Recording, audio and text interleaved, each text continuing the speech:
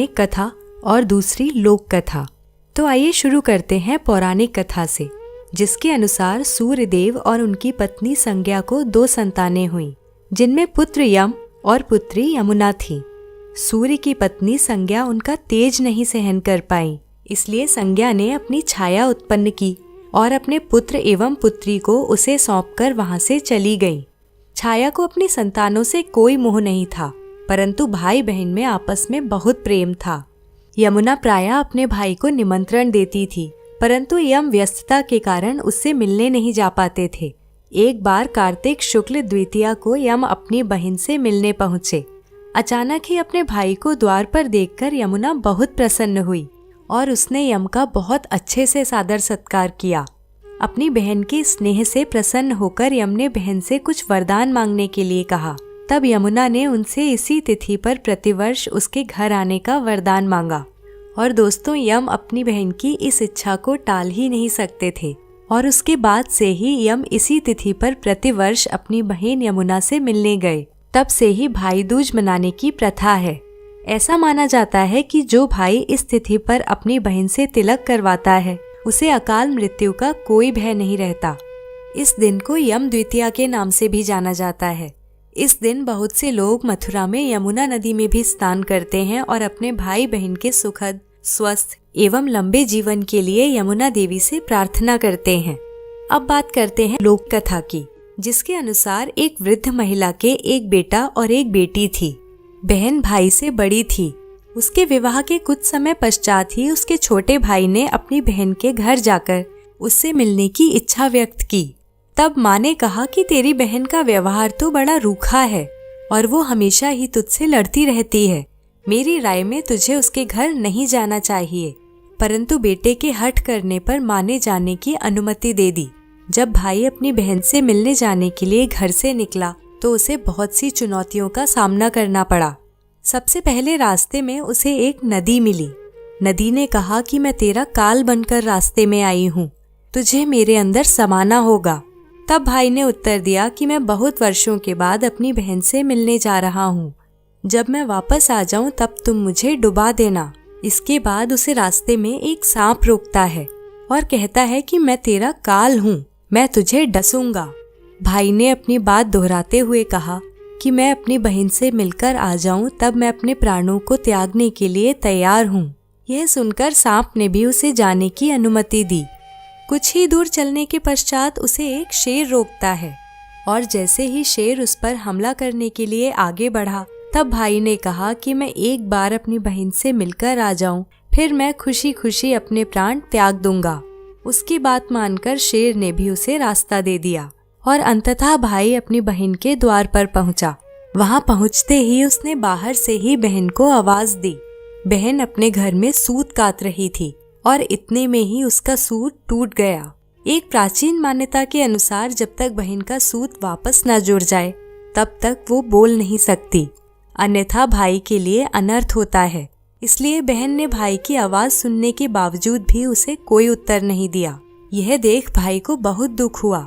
उसे लगा कि मैं निर्धन हूँ, इसलिए मेरी बहन मुझसे बात ही नहीं करना चाहती। शायद माँ ठीक ही कहती थी, मुझे यहाँ नहीं आना चाहिए था। ऐसा सोचकर दुखी मन से भाई वापस जाने लगा। इतनी देर में ही बहन का सूत जुड़ गया और वो दौड़ते हुए भाई से मिलने बाहर आई।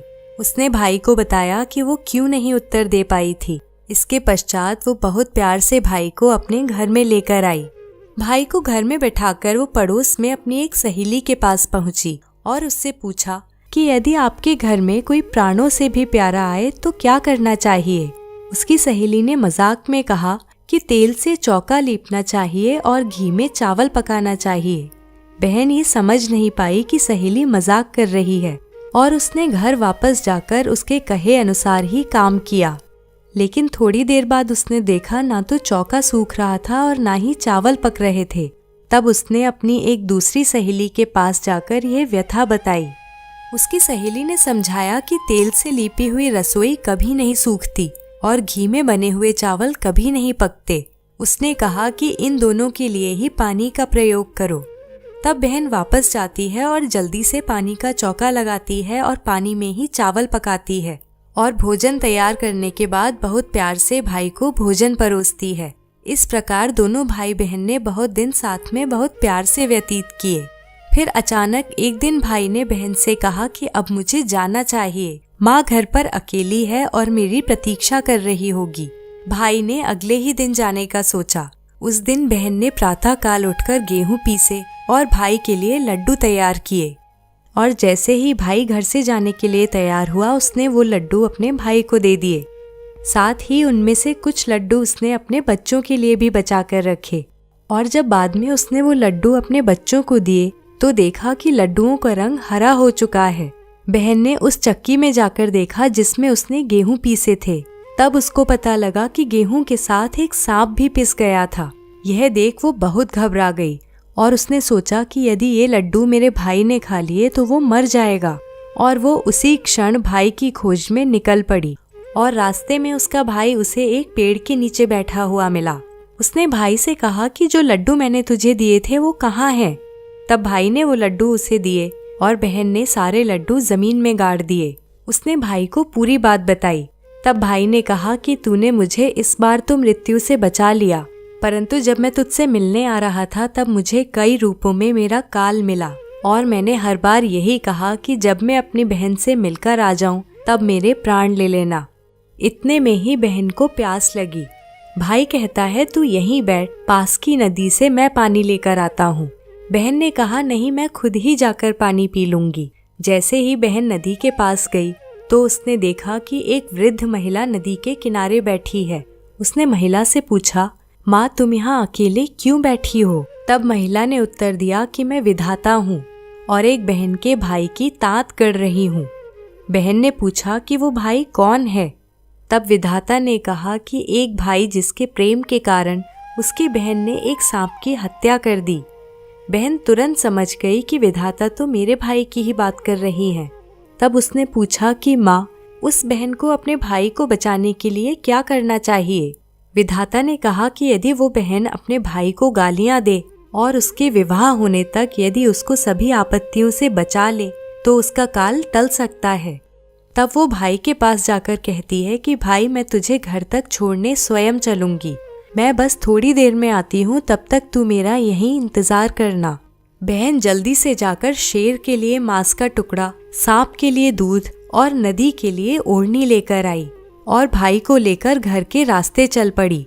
रास्ते में शेर के मिलने पर इससे पहले कि वो भाई पर हमला करता, बहन ने उसके आगे मांस का टुकड़ा डाल दिया, जिससे भाई की ओर बढ़ रहे शेर का ध्यान मांस की ओर चला गया और वो दोनों वहां से निकल गए। फिर आगे चलकर उन्हें एक सांप मिलता है और वो जैसे ही भाई को डसने के लिए आगे बढ़ता है, बहन उसके आगे दूध रख देती है और सांप दूध पीने लगता है। अंत में नदी के मिलने पर बहन नदी को चुनरी अर्पित करती है, जिससे नदी प्रसन्न हो जाती है और भाई के प्राण लेने की जगह उन्हें वहां से जाने का रास्ता देती है। जैसे ही दोनों भाई बहन घर पहुंचते हैं, बहन अपने भाई को गालियां देना शुरू कर देती है। माँ ने यह देखकर गुस्से में कहा, तू इसे क्यों लेकर आया है? भाई ने कहा, माँ बहन तो बहुत अच्छी थी, पता नहीं इसे अचानक क्या हो गया। कुछ दिन बाद ही भाई के लिए विवाह का रिश्ता आता है। विवाह निश्चित होने के बाद भाई की ससुराल वाले मिठाई लेकर आते हैं। तब बहन कहती है कि इसकी मिठाई क्यों बांट रहे हो, पहले मेरी मिठाई बांटो। वहाँ उपस्थित सभी लोगों ने उसे भाई के साथ बैठने के लिए कहा। इसके कुछ ही देर में सगाई की रस्म शुरू होती है।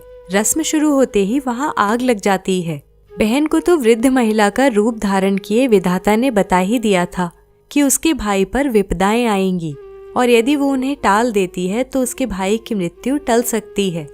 इसलिए वो हर समय सतर्क थी और उसने जल्दी से उठकर आग को बुझा दिया। सगाई से विवाह तक बहन हर समय भाई के ही साथ रहती थी। विवाह में बारात की निकासी के समय उसने सबसे कहा कि पहले इसकी नहीं मेरी निकासी करो, और उसने भाई को पीछे के द्वार से ले जाने के लिए कहा। जैसे ही भाई को पीछे के द्वार पर ले जाया गया, आगे वाला द्वार टूटकर गिर गया। वहां उपस्थित सभी लोग समझ गए थे कि बहन ने भाई की जान बचाई है। इसके बाद फेरों के समय भी बहन साथ में बैठी और विवाह के बाद जब नवविवाहित दंपत्ति की रात जगती है तब उसने कहा कि पहले मेरी रात जगाओ। सभी अतिथि समझ गए थे कि ऐसा कहने के पीछे भी बहन का कोई मकसद है। वो अवश्य ही अपने भाई की जान बचाने के लिए ऐसा बोल रही है।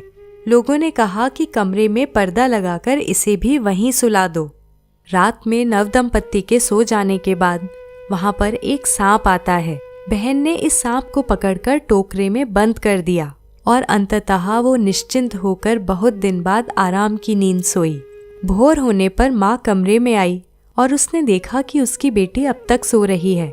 तो उसने सोचा मैं इसके उठने से पहले ही सभी मेहमानों को विदा कर देती हूँ, वरना ये फिर से सबके सामने शोर मचाकर मुझे शर्मिंदा करेगी। जब बेटी उठी तो उसने देखा कि घर में कोई नहीं है। उसने माँ से पूछा, माँ सारे मेहमान कहाँ गए? माँ ने उत्तर दिया कि मैंने सबको विदा कर दिया है। तब बेटी ने सभी मेहमानों को वापस बुलाने के लिए कहा। उसने बोला कि जब सब मेहमान आ जाएंगे मैं तभी विदा होंगी। उसके कहे अनुसार माँ ने सभी मेहमानों को वापस बुलाया। तब उसने अपनी माँ से कहा कि माँ मुझे क्षमा कर देना, मेरे भाई पर 7 घात थी, इसलिए ही मेरा व्यवहार ऐसा था। उसने विधाता से हुए वार्तालाप के विषय में भी अपनी माँ को बताया।